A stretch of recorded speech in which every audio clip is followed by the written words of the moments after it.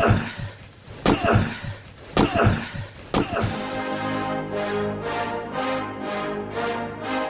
rolls out to the right, pitches off to Taylor, and Taylor's to the 20, down to the 15, down to the 10, 5, 4, 3, 2, 1. Touchdown, Billy Taylor!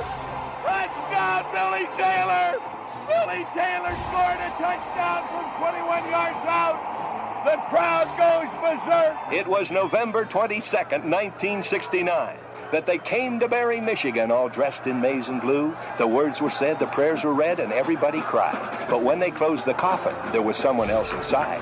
Oh, they came to Barry, Michigan, but Michigan wasn't dead. And when the game was over, it was someone else instead. 11 Michigan Wolverines put on the gloves of gray, and as the organ played the victors, they laid Woody Hayes away. Under center is Wangler at the 45. He goes back. He's looking for a receiver. He throws downfield to Carter.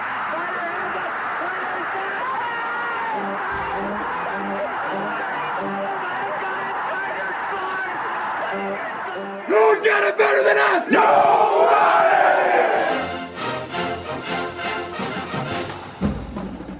Welcome to the Michigan Man Podcast on Wolverine Sports Radio, a member of the V Sporto Network, and in partnership with SB Nation's Maize and Brew, for Wolverine fans from coast to coast.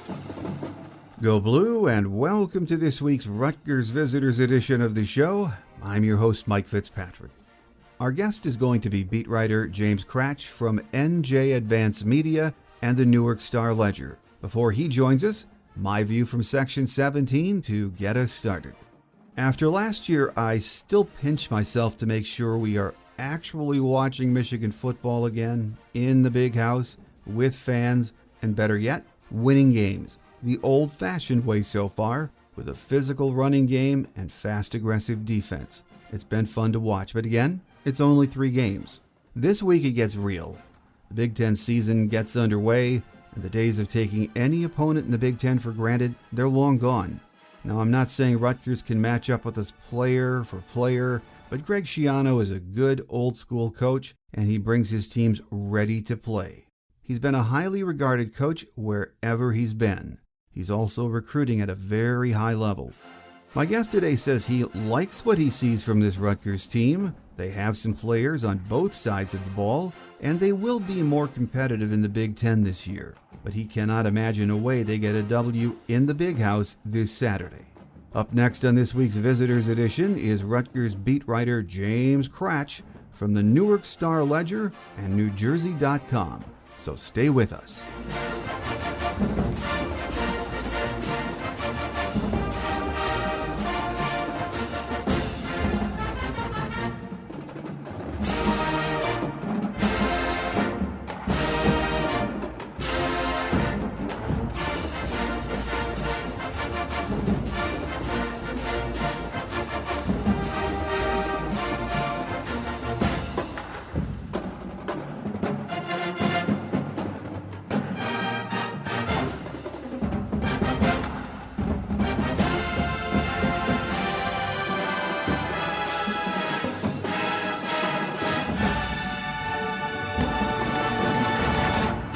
Here with us on our visitors segment today is James Kratch, who covers Rutgers football for NJ Advance Media. Great to have you with us, James. Great to be here, Mike. Thanks for having me. We have a red-hot Rutgers coming into the Big House on Saturday. Off to their best start in years. I think the first 3-0 start since 2012. Is that right? Correct. Yes. It's very interesting. It's like for the first time. This is my 4th season covering Rutgers. We're going to the Big House. It almost feels like, knock on wood, I guess for Rutgers, they belong in the Big Ten finally. 3-0, going to play another 3-0 team on the road, big environment. So there's a lot of excitement here to kind of see where this Scarlet Knights team stacks up. Well, they certainly have taken care of business so far, beat Temple in the opener big time, went up to Syracuse, which is never an easy place to visit, won nicely there, played some good defense too, then just crushed Delaware at home Saturday. At least this has to be a very confident team right now. Definitely, and I think that they're even more confident because, the offense for the first, even against Temple when they scored 61 points, they struggled. They capitalized on a lot of short fields because of the takeaways they had.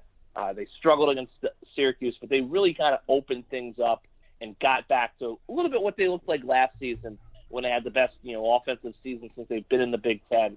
So they really kind of got a little bit of a groove back on offense against Delaware, which I think even boosted confidence going into this Michigan game. Well, if we could, James, let's talk about Coach Greg Schiano for just a minute. He was there from 2001 to 2011. This is his second go-around, which started last year. He has the program on an upswing, no doubt about it, on the field, and is recruiting at a very high level. The guy just flat out knows how to win, doesn't he? He not only does he know how to win, but he knows how to win at Rutgers, and he knows how to win in New Jersey, which is, something that's a lot easier said than done. I think that if you look back to the Chris Ash era, the Kyle Flood era, Rutgers is a strange place. It's a weird place in many ways. There's a lot of different factors and political issues, and New Jersey is kind of a interesting place too, especially for a football coach, because you have different parts of the state and different kind of regions you have to recruit. And Greg is just the one guy who is, in the history of the program, besides Frank Burns, who was there back in the day. He's the one guy who's kind of figured out a way to bring all the parties to the table, to get what he needs, to have a vision for Rutgers, to excite a fan base. It's pretty fickle. It's a pro sports fan base. So if you're winning, they love you. If you're not, they're not really here. And he's the one guy who's kind of figured it out, cracked the code. And now, as when he was here the first time, they were in the Big East. Now he's in the Big Ten. So I think he feels that's just going to allow him to take the program to an even higher level than it was the first time he was here. Yeah, you would think so, because as a Michigan fan, Big Ten fan, when you look at all of the high school talent there is in the state of New Jersey, and then over the last decade or so, you've seen Rutgers just not get their fair share of that. It seems like Greg Schiano's the guy that can change that. No, definitely. He definitely is. I think even when you go back to his first stint here, the key for Rutgers has always been the great high school football players in the state. Jabril Peppers, Rashawn Gary, those type of guys. It's always going to be hard for Rutgers to get those guys to stay home. It rarely happens just because Notre Dame, Michigan, Ohio State, Penn State, USC, on and on. Alabama has gotten top players in the state in the past. So, but it was those guys during Schiano's first stint, like 11 to 20 in the annual rankings. Those were the guys that Greg really cleaned up with, and he kind of built the program around. So that's what we've kind of seen so far. Obviously, they're taking all their shots and more with the top guys in each class. But, and they have the number one kid in the 2022 class coming in. But they have really kind of focused on cleaning up in those second-level guys. Those are the guys that I really think they built the program around the first time, and they're going to try to do it again. Well, let's talk a few minutes then about the current Rutgers team that's 3-0, James. It's led by quarterback Noah Vedral, who's off to a really nice start. 58 of 81, I think it's 73% passing percentage, 4 TD passes. Most importantly, no picks. He's a good-looking quarterback, isn't he? He is. He was kind of up and down last season, but the big key for him, Schiano, like they have a saying in the program, the ball is the program.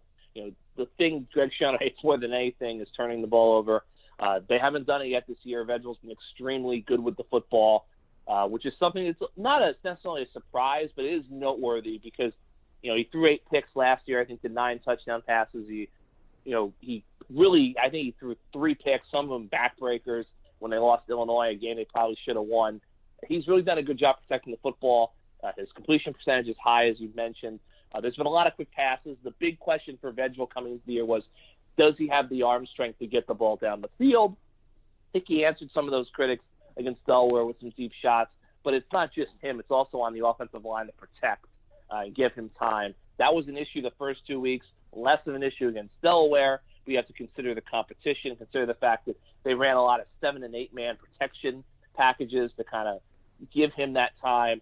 And you have to wonder, does that approach carry into this game where, Michigan's defensive backs are going to be a lot better being on an island than Delaware's were. Well, for Noah, Bo Melton is his main target, and he's a darn good-looking receiver, very experienced. He has 20 receptions for 227 yards so far this year. He's a big-time receiver, isn't he? He is. He was one of the rare 4-star recruits that Ash got when he was here.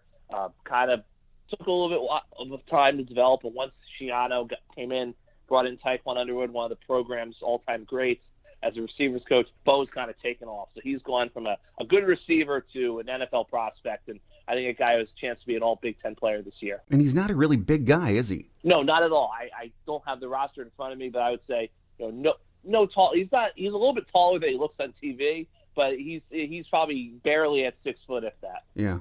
I think they list him at 5'11" on the roster, but you never know about those listings. So, but he's Exactly. a great receiver. Other than Melton, when you look down the stat sheet, after his 20 receptions, there are a lot of guys with 2, 3, 4, 5 in that receiving core. Who else is showing up to help Melton out? Well, obviously Aaron Cruikshank, who's at Wisconsin, return a kick for a touchdown in the Rose Bowl. Probably, the best return man in the country. Had a punt return for a score against Delaware. He's the guy who has really evolved into a top 3 receiver for Rutgers. He's a guy who they can do a lot of different creative things with, given his speed. They really kind of made emphasis to get him the ball against Delaware. I think you can continue to see that. Shameen Jones had a really good year last year. Slow start so far this year, but they seem to make a concerted effort. He had 2 targets in the first 2 games. He had 3 on the opening series against Delaware. Their tight ends are kind of up and down. Giovanni Haskins is a guy who's been around the block. He was at Miami. He was at West Virginia. Now he's here. Super senior. He's a guy had a quiet game against Delaware, but they will throw it to him. He had a touchdown catch against Syracuse. And Johnny Langan, who Michigan fans might remember, he did not start against Michigan in 2019 as he was Rutgers starting quarterback, I think, for the final 8 games. They used him in kind of short yardage, wildcat packages last year. They're still doing it this year, but he's also playing a lot of tight ends. And, some would argue he's the best tight end on the roster. So he's a guy who I think as the season progresses, they're going to get more creative in how they use him. Well, the rushing attack is led by a guy, it seems to me, has been around a long time, Isaiah Pacheco. And I remember the first time I saw him play against Michigan, he had a really good day. He broke a long one. He's one of these guys, when I watch him on TV, I think, okay, he's going to finally break out, and he's just going to be that way every game. So far, he's rushed for 152 yards in the first 3 games.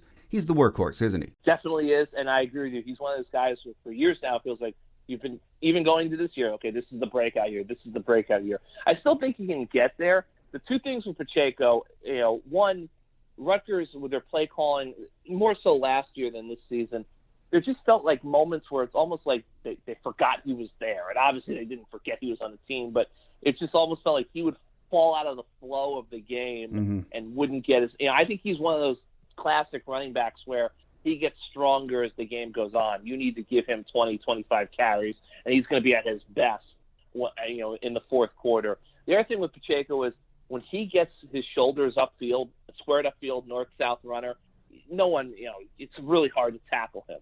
But Rutgers, with their offensive line deficiencies and the issues with the pass game, a lot of times Sean Gleason, offensive coordinator, will try to stretch the field, sideline to sideline, because they can't necessarily do it vertically. And Pacheco just, when he's a guy who's running sideline to sideline, it just doesn't work. He gets tackled for a loss a bunch of times. So I think that as long as they continue to feed him and the play calling has him getting upfield quickly, and he has that running style to just put his foot in the ground and go, I think he has a chance to really have a big game, potentially have a big year. It's just they have to consistently get him on that cadence. Absolutely. He's a good-looking back, and I've always thought that, too. Like other great backs, he needs to get in a rhythm, so we'll keep an eye on that Saturday. Nothing works without a good offensive line, and this Rutgers group is experienced, and they have played pretty darn well so far, haven't they, James? Delaware game was the best one they've had so far. It was shaky in the first 2 games. You're going to see a lot of moving parts on the offensive line. They rolled out this basically Nick Krim in the center, who's super senior. He's the only constant. They had a 3-guard rotation and a 3-tackle rotation, with some of those guys in both rotations switching sides right or left during the game. So they rolled out 6 different offensive line combinations that you could consider the first team against Delaware on Saturday. And most of them only played for a series. One of them only played for 1 snap because they threw a 62-yard touchdown pass on the first play of the drive. So, Troy Rainey is a guy who converted defensive lineman, kind of has come along really quickly. He's been thrown into the mix. You have Raekwon O'Neal, Reggie Sutton, who's their right guard. He did take a little bit of, he was out for some of the combinations. I think he might be pound for pound their best offensive lineman, the most consistent one. Holland Pierce, big right tackle that they're very high on. He was a preferred walk-on, kind of an interesting story. They kind of diamond in the rough, found him at a prep school. They think he's going to be a really big player, but he's still got a lot of ways to develop. So they're mixing and matching the offensive line. It was a lot better against Delaware, But I think the big test is going to be this week, obviously. Well, over on the defensive side of the ball, it's a veteran group and led by first-team All-Big Ten linebacker Olakunle Fatukasi, who Greg Schiano has said is one of the smartest football players he's ever been around. That's high praise for him, isn't it? No doubt. And they need him to be that because the entire defense is basically built to funnel the ball carrier to him. That's why he has 10, 12, 15 tackles every week. But he's really played well. He's another guy who kind of was a good player after being recruited into the program by Ash. When Schiano got here, he kind of went to a much higher level, obviously. They've got that. The linebacking core, they're going to have a little bit of heat on them this week, I think, because, the run defense struggled last year. It was pretty good the first two games, especially at Syracuse.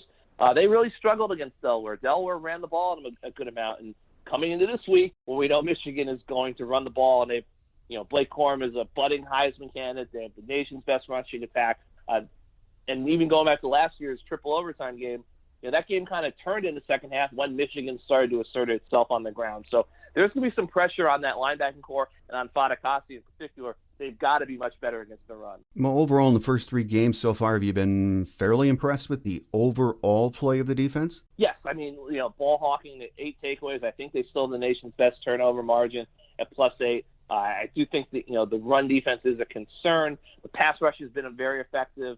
They're up there and leading the nation in tackle for loss. The secondary's played really well. Cornerbacks Max Melton is off to a great start. They've been very good. I just think the one concern I have going to this game is that run defense, just because we saw it last year. We saw flashes against Delaware, and now we have a team in Michigan that is running the ball as well as anyone in the country. Well, on the injury front, is the team in pretty good shape heading into Saturday's game? Yes, very healthy. It might be even getting healthier. Patrice Renee was started cornerback in North Carolina for a few years, transferred into Rutgers for his last year of eligibility. He got dinged up in training camp. He's missed the first 3 games, but Greg Schiano, all injuries are state secrets with him, but the vibe I get is that Renee is closer than sooner rather than later, Renee should be back on the field. I think it could be as early as Saturday. Well, we know Coach Schiano is really putting together a second straight big-time recruiting class, so there's no question the future looks bright. But this year, with this roster, do you think Rutgers is going to be more competitive in what is a brutal Big Ten East? I do think they'll be more competitive. I don't know if it'll necessarily reflect on the scoreboard. Going into the season, I think, you're halfway there. Obviously, you're 3-0. You had to go 3-0 in the non-conference to feel good about a bowl bid. They've done that. I think, Michigan State's a lot better than I think any of us expected. I still think Maryland is a very winnable game for Rutgers. It's really going to come down to, I don't think Rutgers is going to win on Saturday against the Wolverines. I certainly don't think they're going to beat Ohio State in 2 weeks. It's really going to come down to, after these next 2 weeks, Michigan State at home on homecoming, then you're at Northwestern, open date at Illinois. I think that is the critical, they have to go 2-1 in that stretch, and that would mean, in all likelihood, winning, either beating a ranked team in Michigan State or winning 2 games on the road in the Big Ten, which is much easier said than done. I think this is that after these 2 games against the 2 Blue Bloods, that's the critical stretch for Rutgers. If they are 2-1 after that, if they get to 5, I think they can feel pretty good because they've got a chance to beat Maryland in the season finale at home to get to 6 wins. Maybe you can who knows? Maybe you can upset a Wisconsin team at home. That would be the biggest home game the first weekend in November the program's had in years. Indiana, we've seen that they're struggling. Maybe they go to Indiana, but if they don't get 2-1 in that 3-game stretch, I think it's going to be really tough for them to get to a bowl game unless they upset a Michigan or a Penn State or a Wisconsin. Well, final question for you, James, before we let you get away.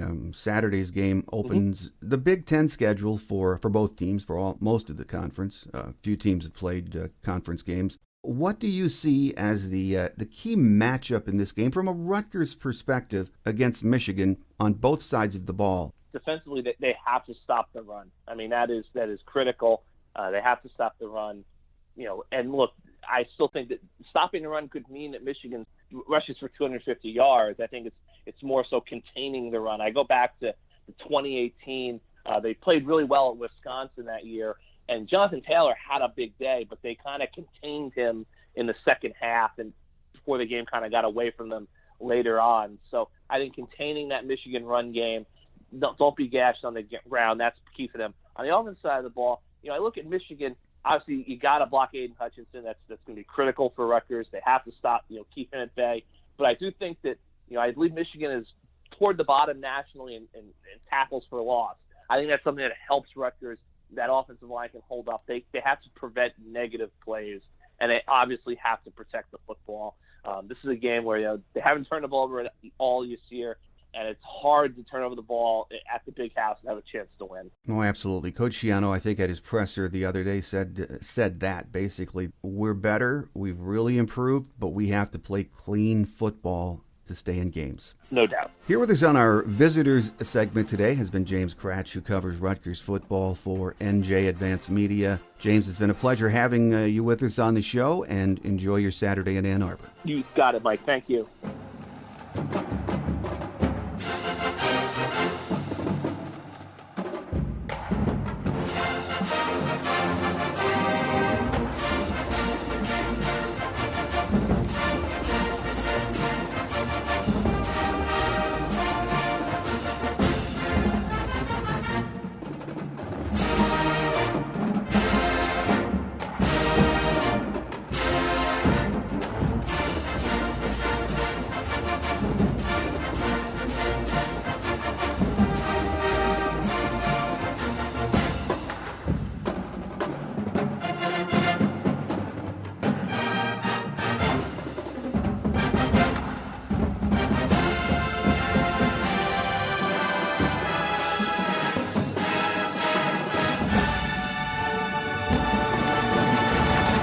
On Quick Hits today, both teams are healthy overall for Saturday's game. Starting Rutgers cornerback Max Melton and his backup have been suspended, though. They were arrested and charged with 3 counts of aggravated assault and possession of a weapon for unlawful purposes.